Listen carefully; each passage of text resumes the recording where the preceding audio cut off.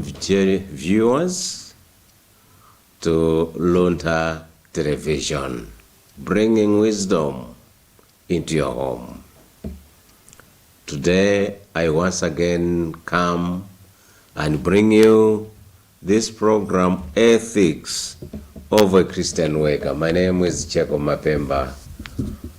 Delighted that you are there. Ndikulandireni nonse amene mwasankha kuonera kanema Luntha, kubweresa Luntha nyumba mwano, komanso pamene ndikubwereserani program ya Ethics of a Christian Worker. Ndipo nthawi zonse muli ndine Jacob Mapemba. Lero ndabwera ndi mutu gawo lachiwiri la mutu uja tinawuyamba mbuyomu, kusankha kukhala pa umphawi. Kusankha kukhala pa umphawi. Once again, I bring you part 2 of the topic, choosing to be poor. Earlier on, few weeks ago, I did present to you this topic, part 1 of the topic, choosing to be poor or choosing to live in poverty. Mutu gawo lachiwiri la kusankha kukhala pa umphawi. In part 1 of this topic, choosing to be poor, we defined poverty as a state where an individual or family or community lacks the financial and basic resources. And we extend this definition by saying it is also deprivation of health care, education, clean water, and safe housing. Tinatanthauzira umphawi ngati nthawi imene kapena pamene munthu kapena banja kapena mudzi ukusowa chuma ndi zosoweka pamoyo. Zinthu ngati zosoweka ngati sukulu, umoyo wabwino, zosoweka ngati madzi abwino, komanso pogona pabwino. Zimenezo ngati zikuperewera pa moyo wa munthu, zimenezo ngati zikuperewera pa banja, ndiyo tinanena kuti munthuyo ali pa umphawi, banjalo lili pa umphawi, mudziwo uli pa umphawi. We also talked about the 3 causes of poverty. The 3 causes of poverty. And for those who watched this program, episode 1, we talked about the natural causes, we talked about the man-made causes, and we talked about poverty caused by daily choices or decisions.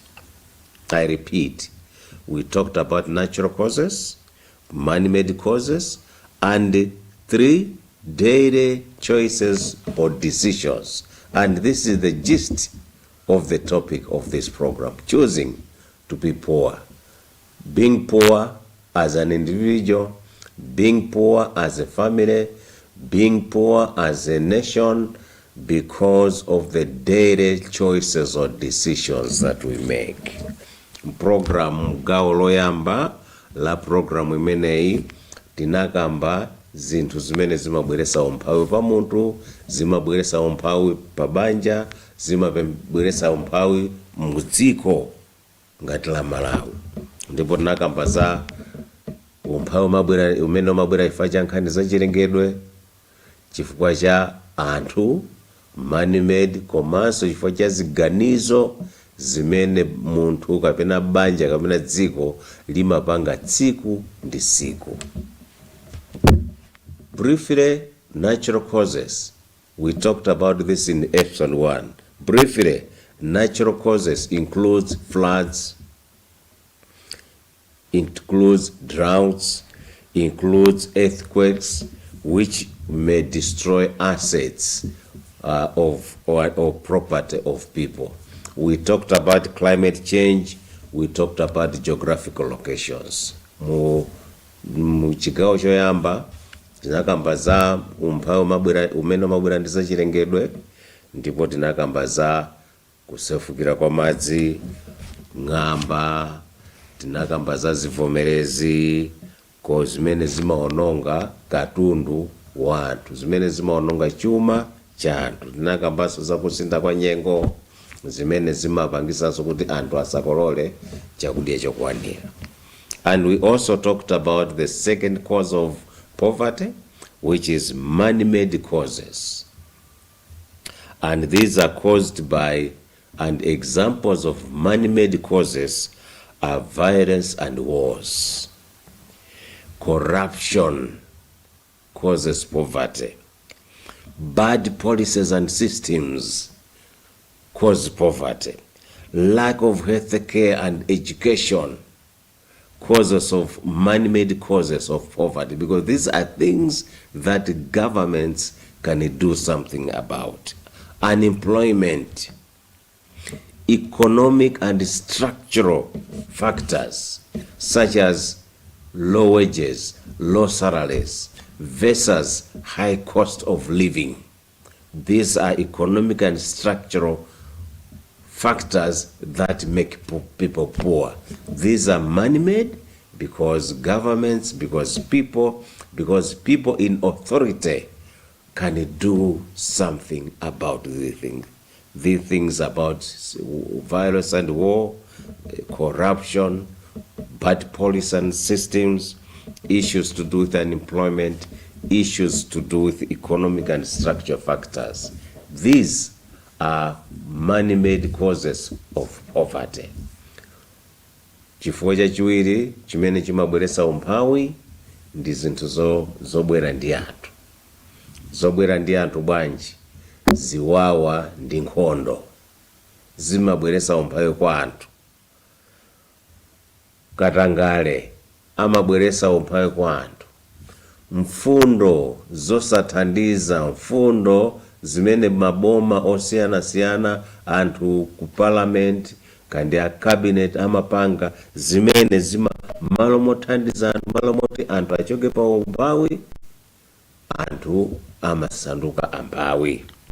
Zinthu ngati kusowa kwa ntchito, makamaka kwa achinyamata, ndi zimabwera ndi anthu, ndi man-made chifukwa boma likhoza kuchitapo kanthu. Komanso zinthu ngati kukwera kwa zinthu, masalale otsika, komanso mitengo misonkho yophinja anthu, high taxes. Zimisonkho anthu akukhala pa umphawi chifukwa cha misonkho imene ikuphinja anthu. These are man-made causes chifukwa misonkho yokhwimayi yophinja anthu sikungobwera yokha, ndiyo anthu amene ali maudindo, amene amamanga mfundo, amene apanga mfundo zimenezi zimene kumazi mabwera saumphawi, kumatinamiza kuti ayi ngati tivutika pakali pano koma mawa pano zizakhala bwino. Ndipo nyimbo imene ndi imene andale amakonda kutiuza, ndipo takhala tikuimva moyo wathu wonse, ayi zizakhala bwino pamene anthu akuvutika tsiku ndi tsiku. Man-made causes. The third cause of poverty is the daily choices and decisions that people make. Chifukwa kapena chinthu chachitatu chimene chimabweretsa umphawi pakati pathu ndi ziganizo zimene inu ndine ndimapanga. Ziganizo zimene munthu kapena banja limapanga, ndipo zimene ndiye mfundo zimene zabweretsa mutu umenewu kusankha kukhala pa umphawi. So the third and last cause of poverty is daily choices and decisions. These are decisions that individuals make. These are decisions that families make. These are decisions that nations make that make people poor. And this is the gist of this topic. For those who watched part 1 of this topic, I already talked about 3 choices that individuals, families, or communities, or even nations make that make them poor. Number 1, spending to impress other people. Spending to impress other people. Buying expensive phones, expensive cars, renting an expensive mansion, buying latest clothes, trending shoes, just want to show that you have money. Money which you should have invested in property, money which you should have invested in property that in property and assets that could generate income for you and your family in the future. But we choose to spend that money to impress other people. Even when you talk about government, talk about the kind of vehicles that ministers drive. It is a decision, one of the decisions that make us poor. People are suffering from higher taxes just to buy expensive cars. Chinthu chimodzi chimene chipangisa kukhala pa umphawi ndi kusankha kugwirisa kuononga chuma chathu kungofuna kuti anthu adziwe kuti ine ndi ndalama. Anthu adziwe kuti ine ndili ndi ndalama. Kugula mafoni odula, kugula magalimoto odula, kukhala muzinyumba za rent zodula, kugula zovala zodula, kuti basi anthu adziwe kuti ndi ndalama. Malo moti ndikanagwirisa ntchito ndalama zimene zija kukagulira kandi nyumba, kukagulira zinthu zoti zithandize banja langa, investing, buying assets, kapena kukazika kumakampani amene amachulukisa ndalama, koma ndi masankha kuononga pamene ndachipeza chuma, kandi sala, kandi malipira kuntchito, kandi profit ya business, kandi allowance, ndi masankha kukaononga chuma chicha kuti anthu adziwe kuti ndi ndalama. Spending to impress other people is a choice, is a decision that make other people poor. Choice or decision number 2, surrounding yourself with people who have no goals. Surrounding yourself with people who have no goals in life, people who spend their money on pleasure and enjoyment. This is the decision that you make. If you associate yourself, you make friendship with the people who have no goals in life, instead of giving you good advice on how to spend your money, instead of giving you good advice on how to invest your money, these people help you to spend your money. And they discourage you from buying assets, they discourage you from investing. Choosing, surrounding yourself with people without any goals in life is choosing to be poor. Chiganizo chachiwiri chimene timapanga ife chimene chimatipangisa kuti tikhale pa umphawi ndi kusankha kukhala ndi abwenzi amene alibe cholinga pamoyo. Chimene amadziwa iwo ndi kusangalala, mahape, ndipo mmalo moti akulangize kuti chuma chimene uli nacho uchifese, kakugula malo, kumanga nyumba, kuchita zinthu zoti zakuthandiza pasogolo, malo mwake anthu aja amakuthandiza kuononga ndalama zija. Kuononga ndalama, kumahape, kuzisangalalo, kumwa mowa, mapate, iyo aje basi nthawi zonse kukuimbira mava, akuli chakuti kuno, akuli chakuti, kodi ukutani, tikamweko wiri utatu, iyo ntchito yawo ndikukuthandiza iwe kuononga ndalama. Surrounding yourself with people who have no goals in life. Decision or choice number 3 that people make is to work for a monthly salary for the rest of your life without retiring. Working for the rest of your salary, a monthly of your life, for a monthly salary without retiring. It shows lack of vision. Working for the rest of your life on a monthly salary without retiring, it shows lack of vision, lack of saving and investment culture, lack of planning and budgeting. People who have a vision, people who invest and save, they don't work for the rest of their lives. Around 50 years, 55 years, 60 years, they retire and concentrate on their investments. But people who depend on monthly salary for the rest of their life, they will continue living in poverty. Chisankho chiganizo chimodzi chachitatu chimene anthu amapanga chimapangisa kuti akhalebe mumphawi ndi kusankha kugwira ntchito moyo wawo wonse osafuna kupumula pa ntchito. Kugwira ntchito moyo wako wonse osafuna kupumula pa ntchito zimaonesa kusowa masomphenya, zimaonesa kuti malipiro ako sukufesa, sukugula ngati nyumba kapena malo, komanso sumapanga mabudget. Zimenezi zimapangisa kuti anthu akhale paumphawi. Now let me go to the last choices or decisions that people make. Number 4, reliance on a single income. The choice to rely on a single income is choosing to be poor. There are people who are working, they depend on a salary day in, day out.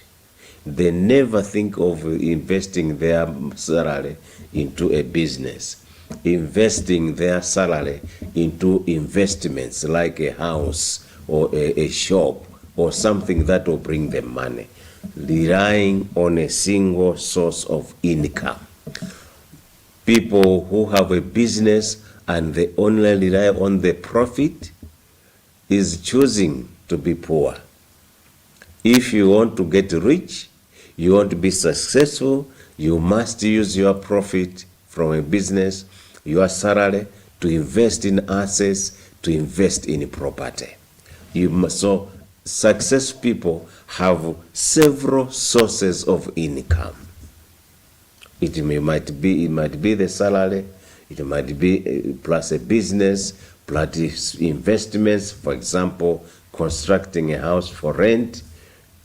These are people who become successful, but people who choose to depend on a single source of income remain poor.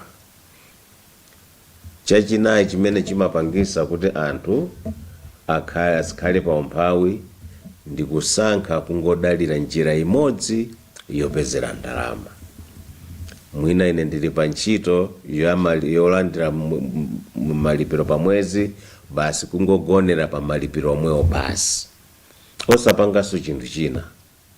Koma anthu amene amatukuka pamoyo ndi amene akugwira ntchito inde, akulandira salale, amagwirisa ntchito gawo lina la malipiro awo kakuyamba business, gawo lina la salale yawo kukamanga kanyumba kakuti azipangisa renti, kukamanga ka business awo, kupanga china chake chimene chizathandiza kupeza ndalama pamwamba pa salale.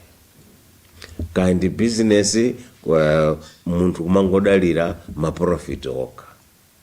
Koma munthu amene amatukuka pamoyo pabanja ndi amene amagwiritsa ntchito ma profit aja kupanganso zinthu zina zimene zimbweresera ndalama. So relying on a single source of income is choosing to be poor. Number 5, decision or choice. Number 5 is living in a debt trap. Living in a debt trap. There are people, either they are working or they are doing business, but they are living in a debt trap. They rely on loan to buy food. For them to have to buy clothes, they get clothes on loan. Renting, borrowing money to pay rent. Borrowing money to pay school fees for their children. And worse still, borrowing money to pay a loan. There are people who borrow money to pay a loan. This is choosing to be poor, because in financial management, in business management, you only borrow to invest. A beneficial loan is a loan that you get to invest. But a loan that you get for consumption, to buy food, clothes, rent, fees, is a toxic loan. Is a dangerous loan. So living in a debt trap is a choice that we make that make us poor.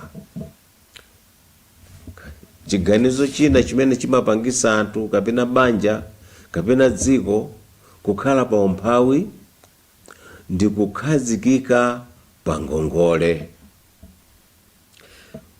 Kuti adye pa nyumba angongole, kuti zovala kutenga pa ngongole, ndalama ya rent kutenga pa ngongole, kulipira ana school fees kutenga pa ngongole, komanso kutenga ngongole kuti abweze ngongole.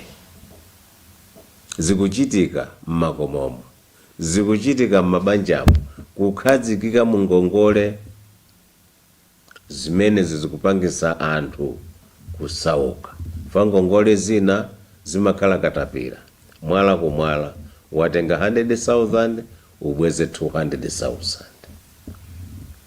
Ndiye munthu uja umangokhazikika pa ngongole, umakhala pa nsampha wa ngongole. Koma anthu amene amadziwa nkhani ya business, amene amadziwa za ndalama, amanena kuti utenge ngongole pokha ngati kukufuna kuti ugwiritse ntchito ngongoleyo kukagula malo, kakumanga nyumba, kapena kuyamba business, kupanga china chake chimene chikubweresere ndalama. Investment, borrowing for investment, kutenga ndalama zoti kuthandiza kupanga chinthu chimene chikuthandiza kupeza ndalama. Koma kukangotenga ngongole kuti ugulire chakudya, ugulire zovala, ulipire rent, ngongole imeneyo ndiyo panda phindu, imangokubweresera munthu mavuto. Ndipo timasanduka tsopano akapolo angongole, timakhala mu nsampha wa ngongole. Chiganizo chimenecho chimapangisa anthu kukhala kandi banja, kukhala ngakhale dziko la Malawi kumene tikuona mmene dziko likungongolera ndizikubwerekera ndalama kunja. Ndalama zambirimbiri zimene zikupangisa tsopano kuti malo moti titukuke, ndalama yathu tithandizikire kuti titukuke ngati dziko, tingobweza ngongole. Zomwezi kumapeza kuti boma lilipire malipiro a ntchito. Nthawi zina kukatenga sondo ngongole ku banki, aiti kubwezerana. Chakudya chomwechi kuti kuli njala, ndalama libene kukatenga ngongole kuti ligule chakudya lipase anthu ake. Living on a debt trap is a choice that people, individuals, families or governments make that make them poor. Number 6, giving up easily when life gets tough. Giving up easily when life gets tough. It's a choice that an individual or a family or a country can make. Things get tough in life, and only people who persevere become successful. But people who give up easily when things get tough, they end up being poor. It's a choice, because when things gets tough, you have a choice to persevere or to give up. So people who give up easily, they never succeed in life. They become poor. They start a business, things get tough, they give up. Either they stop completely or they switch to another business. They say the other business gets tough, they drop it and they go to another business. Giving up easily when things get tough. People who give up easily when things tough, it is a choice that makes people poor. Fundo ina ndi pamene ife timasankha kuyimika m'manja pamene zinthu zafika povuta. Zimenezo zimatipangisa kuti tikhale pa umphawi. Fa moyo huu timadusa mavuto. Ngati ukupanga business ili ndi mavuto ake, ndiye ngomati ukamati uyamba business waisiya chifukwa wakumana ndi mavuto. Wakayamba business ya ukakumana ndi mavuto waisiya. Ziganizo zimenezo zimapangisa kuti munthu ukhale pa umphawi. Koma zimafunika kulimbikira. Kauli pa ntchito, wakayamba ntchito oku, achifati uku aya mabwana mwakuti, aya malipiro mwakuti, waisiya. Wakayamba ntchito kwina 1 month 2 months waisiya. Wakayamba kwina 1 year 2 waisiya. Simuzalemera, simuzapita patsogolo. Chifukwa anthu tikamakazambaza promotion, amene amalandira promotion ndi amene wakhala pa ntchito 1 year 2 years 3 years. Koma pali anthu chifukwa cha kusafuna kupirira, apita pa ntchito apa aisiya, apita pa ntchito apa aisiya, apita pa ntchito apa aisiya. Kumene kuti kusankha kukhala pa umphawi. Choosing to be poor. This is the topic that we are discussing today. I'll go to the last 2 issues. Number 7, blaming other people for your poverty instead of working hard to change your life. There are people who choose to blame other people, who decide to blame other people for their poverty, for their life, instead of working hard. So individuals, families, always blaming government for their poverty, always blaming their relatives, their uncles for their poverty, always blaming NGOs for their poverty, instead of taking responsibility of their life and of their progress. It is only people who choose to take responsibility of their life, of their progress. These are the people who have become successful in life. But people who choose to blame other people, who choose to blame government for their poverty, they will never become successful in life. Chintu china ndi pamene ife tasankha kuloza chala ena kuti umphawi makolo ayaboma echani malo motenga udindo ineyo kusanga kutenga udindo kuti moyo wanga usinte. Opokapoka munthu amasintha, banja limapita patsogolo ngati banja alo kapena munthu apanga chiganizo kutenga udindo osintha moyo wawo. Inde boma litandizepo, kama enicho atandizepo, koma udindo ti ndisinthe moyo wanga ineyo, udindo ti ndisinthe banja langa ineyo, uli m'manja mwanga. Koma ngati ndasankha kupereka udindo umene kuboma ndi abale, ndiye kuti ndidzakhala pa umphawi mpaka. Potsiriza, chinthu china chimene chiganizo zina zimene zimakapingisa kuti ife tikhale pa umphawi ndi kusankha kukhala aulesi. Anthu ena ndi aulesi, ena ndi aulesi m'dzina la Mulungu. Timakhulupirira kuti andikapemphera Mulungu andipasa chilichonse chimene ndikufuna ine. Ndezi anthu amakhala aulesi, basi siku lilonse kumakhalira kupita kuchalichi, siku lilonse kumangotandala kuchalichi, ndi kuchilupiriro choti ayi ndikamapemphera Mulungu andipasa china chilichonse chimene maufula. Ulesi umenewo tisanamizire Mulungu. Mulungu ananena ku Genesis kuti uzadya thukuta lako. Mulungu amambekeza kuti ife tigwire ntchito, koma pali anthu aulesi m'dziko lino la Malawi, pali anthu aulesi m'dziko lapansi lino amene amakhulupirira kuti kungopemphera basi alandira ndalama, alandira zimene m'dzina chimene ndi ulesi m'dzina la Mulungu. The last issue that I want to the last decision that people make that make them poor is choosing to be lazy with the hope that God will give them all that they need. There are people who spend their time at the church praying and praying and praying, hoping that God will give them all that they need. Yes, God is merciful, God is very kind, God is loving, but it's the same God told Adam in Genesis, you shall eat, you shall sweat for you to get food. So God expects us to work.